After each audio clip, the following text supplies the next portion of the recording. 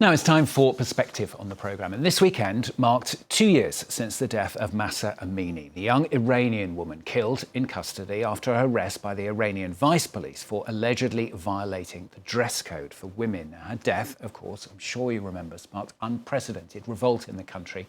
Human rights groups say at least 551 people were killed, thousands more were arrested.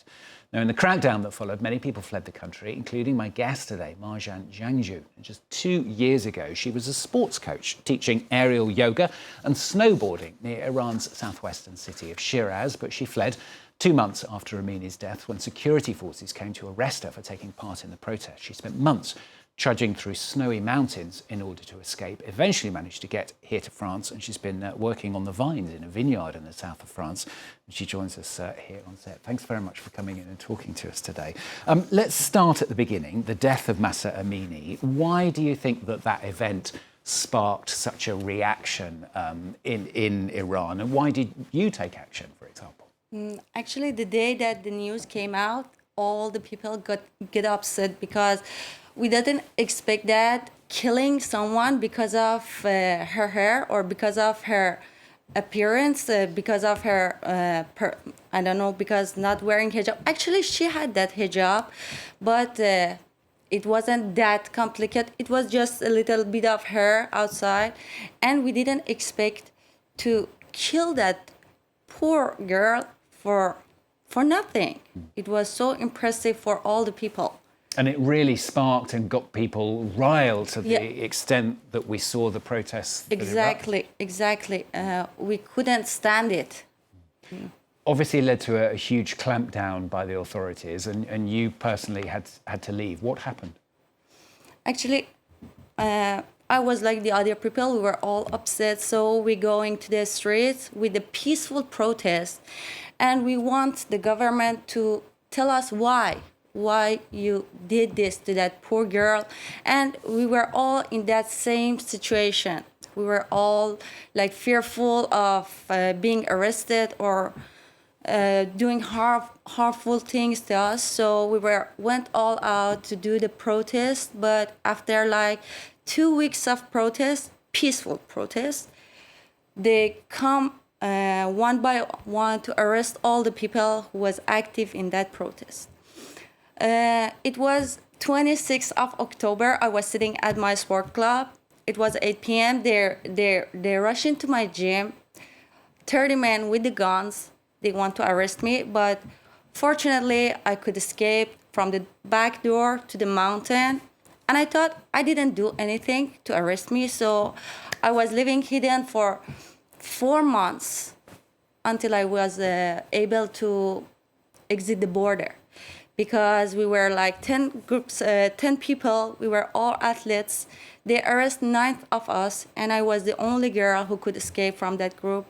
Now I'm here. I mean, it's incredible, isn't it, that has happened just because you took part in a protest? Yes, exactly. As you say, a peaceful protest. Yes. So, was it worth it? I mean, was it worth protesting, do you think, bearing in mind what has happened? Yes. I think every work that we do, it pays off. With these actions, I think the Islamic Republic is just like a rope that is turning strain by strain. So every actions that we do is just cutting one strain. And are you still able to be in touch with people who are still in Iran now? I still have some few contacts with them, but since they were arrested, they're all traumatized, they're all fearful, so it's not that easy. And do you think things are starting to change? Do people tell you that things are gradually changing a little bit more? Yes. In the big cities, as I know, they couldn't convince new generation to obey their rules, but I think it takes time to just happens. That revolution happens. I mean, I was listening to an interview yesterday with our correspondent in Tehran, and he was talking about the fact that he sees almost daily, occasionally, a woman who doesn't have a veil on, or a woman on a motorcycle, which is obviously not allowed either. I mean, do you think that those kind of acts of rebellion, if you like, will continue and will multiply? Yes. It will be continuously, and I think it's so magnificent. The courage, the braveness that people have, the women, especially in Iran, and also the men is supporting them. And it's so magnific. I mean, it's important to remember, isn't it, that Yeah. it's not just the women who Yeah. face these difficulties. I mean, although the men don't have the rules Yes. against them, they can get in severe Yes. trouble if their wives, their sisters, their girlfriends Yes. are caught doing things that they shouldn't. Yeah. And what do you think or hope for the future? I mean, how much change do you think can be achieved over what time scale? How much time might it take to really change? Actually, I think it depends on foreign countries also, if they support the people who are inside Iran, and if they put Iran in section. I mean, if they don't export, import, or anything kind of these works, it helps this revolution to be happen. Are foreign governments doing enough then? Yeah. Are foreign governments doing enough? Should they do more? Yeah, I think it needs more effort. In what way? I mean, why does that make such a difference? Because you make the government, the Islamic Republic, powerless. Yeah, so if foreign governments took Yes. more action, it Yes. would make them powerless. Yesterday there was a big protest here in Paris, Yeah. and there were in other countries as well, and you were part of that as well. You Yes. came for that. What was that like to see all those people out on the streets? Seeing this support, it gives a huge energy for the people who are inside Iran, because they don't have freedom of speech. So with our actions, with our support, that we empower the people who are inside, and we make them courage to continue it. So it's very important.